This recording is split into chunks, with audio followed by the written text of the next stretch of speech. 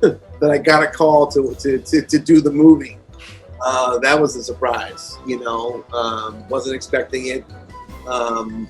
But, so glad I took it on because I was surprised because I didn't have any experience doing animation or visual effects on this level. This is it wanted to be a 4-quadrant, big movie. And, that wasn't my wheelhouse. But I felt like once I understood what they were looking for, I could bring something to the table, and everything else would fill in, and I'd get the support that I needed to achieve the vision that was necessary to make this movie great. Well, what I found surprising, was that he never left set. He's very dedicated to the craft, obviously to his own craft of playing basketball, but also the craft of acting. He wanted to get better. He wanted to, come off well. He wanted to be fun. He wanted to be funny. And so he was very open to all those things. But I think the thing that most surprised me was the fact that he didn't go to his trailer hardly ever. And he'd stay on set, in his little kind of enclave, and interact with the with the background talent, also interact with his co-stars. Really, really gracious leader, I think. I think we wanted to honor that movie. We actually start very similarly structurally, starting in the past, and then, watching the rise of this global superstar. And then we wanted to, to deviate, and tell our own story, because, the way hybrid movies, animated movies, family movies are constructed now, they are much more complex and much more, appealing to not only children, but to adults as well. And they're also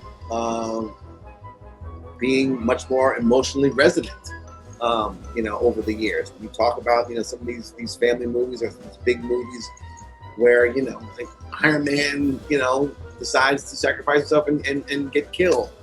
You see that the Woody and the Toy Story gang about to get incinerated in Toy Story 3, and you're just like, oh my gosh, like, you really feel for them, and you don't want that to happen. That actually these are a part of your family. So, what we wanted to do was, like, again, take advantage of like this world building and do the, take advantage of the digital age that we're in with, algorithms and Big Brother watching and, predictability with what your human behavior might be. So, that was important. But and also the thing that drew me most to it was this father-son dynamic.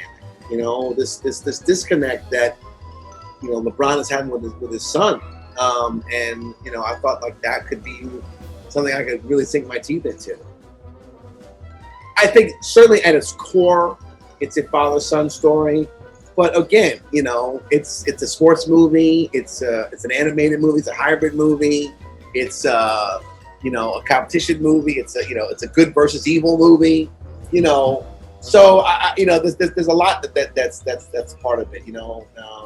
So I don't know that it's one thing or the other, but I know that the father-son spine, the emotional connectivity there, that's our backbone. Oh, well, I definitely love the Dwayne moment. We had Lola also, call out Iverson, on the crossover. I wanted to say Sham God, but I was like, people aren't going to really know that reference as much as know Iverson. And the way it said Iverson was a little bit better. We had a couple of other things too. Why can't I think of them right now? That were part of the fabric of this thing that I wanted, because I love sports. I'm a sports enthusiast. Oh, and we did our Belichick thing with Don Cheadle as well, with the cutoff sleeves. So I'm a big sports fan. So I wanted to put all the references. I had more in there, but not all of them made it, and everybody wouldn't get all of them. It looked like Danny DeVito as the Penguin was near the Goon Squad bench. and Danny was the voice of the villain in the first movie. Was that like a deliberate placement? I don't know if it was that deliberate. No, I mean, look, that guy, that rendition of Tim Burton's Penguin and Danny DeVito's Penguin was such. It's so, you know, not just iconic, but it's eye catching. So we wanted to make sure we included him, as close to the action as possible. But that's a great catch, though. I'll say yes. Okay. LeBron debuts his new sneaker in this movie. How big of a sneakerhead are you? I'm a fairly big sneakerhead. I got a good little collection. I'm not a fanatic like some people, but as sneaker culture has grown, like I've always like preferred sneakers to shoes anyway. So I definitely have a fair amount. And I remember when my cousin Spike first started, working with Jordan, I was like, oh my gosh, I can't wait to get some free sneakers, which never happened. But I've been a sneakerhead for a while. Not crazy like some people, but I like a fresh pair of kicks. Okay. And from a professional viewpoint, what was the better basketball movie? The Fish That Saved Pittsburgh or Fast Break? Ooh, I love both those movies. Wow, let me think about that. The Fish That Saved Pittsburgh, it's a more fun movie. And I think that Fast Break has a little bit more drama and intrigue. So even though they're both comedies,